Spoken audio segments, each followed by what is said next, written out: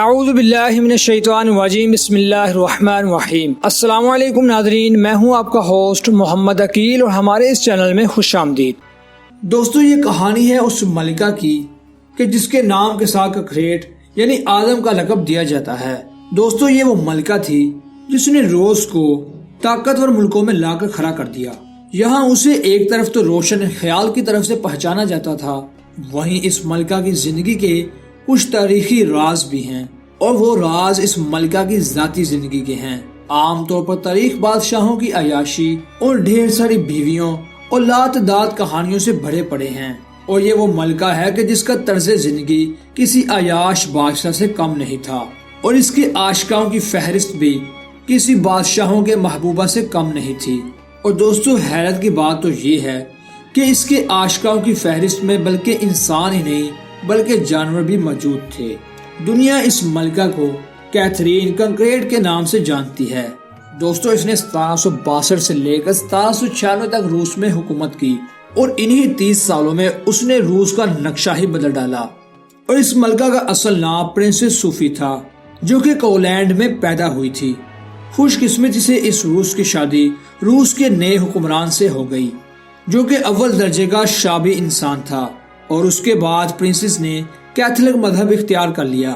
اس کی وجہ سے اس نے اپنا نام کیتھرین رکھ دیا، جبکہ دوسری طرف یہ بادشاہ شرابی پیٹر کوک اپنی بیوی میں کوئی دلچسپی نہیں رکھتا تھا۔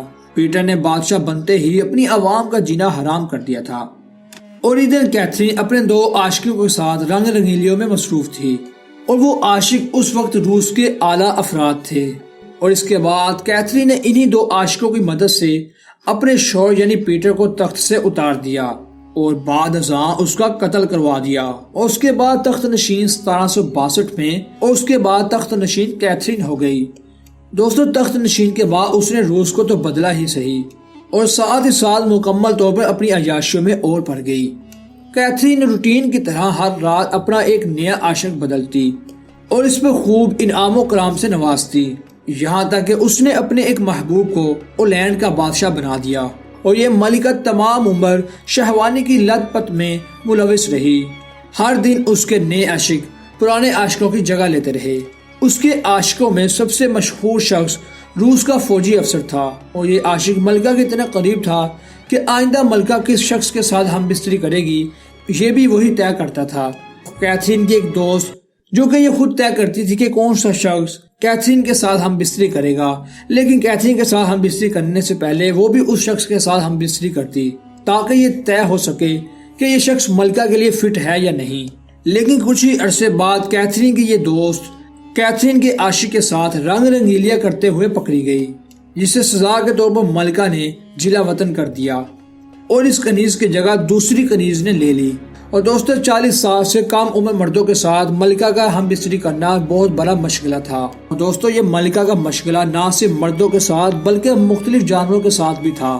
ناظرین کچھ ماہرین کے مطابق اس ملکہ کی موت کی وجہ گھوڑے کے ساتھ ہم بستری کرتے ہوئے ہوئی، جبکہ کچھ کے نزدیک اس ملکہ کی موت دماغ کی شریانیں پھٹنے سے ہوئی۔ ناظرین حقیقت جو بھی ہو، اس ملکہ کی زندگی کے مطالعے سے یہ ہم اندازہ لگا سکتے ہیں کہ اس ملکہ کے جنسی جذبات کس قدر حیرت انگیز تھے۔ تو دوستو یہ تھی کیتھرین دا گریٹ کی سٹوری۔ دوستو یہ کہانی آپ کو کیسے لگی ہمیں کمنٹ سیکشن میں اپنی رائے کا اظہار ضرور کریے گا۔ تو دوستو یہیں پر ہماری ویڈیو کا اختتام ہوتا ہے۔ ہم امید کرتے ہیں کہ آپ کو یہ آج کی ہماری ویڈیو کافی پسند آئی ہوگی۔ ویڈیو پسند آنے کی صورت میں ہمارے چینل کو سبسکرائب، ویڈیو کو لائک اور شیئر ضرور کر دیجیے، اور پاس ہی موجود بیل آئیکن کو بھی کلک کیجیے تاکہ آپ کو ہماری ہر نئی آنے والی ویڈیو کا نوٹیفیکیشن ملتا رہے۔ اپنے دوستوں رشتہ داروں کے تمام لوگوں کا بہت خیال رکھیے گا۔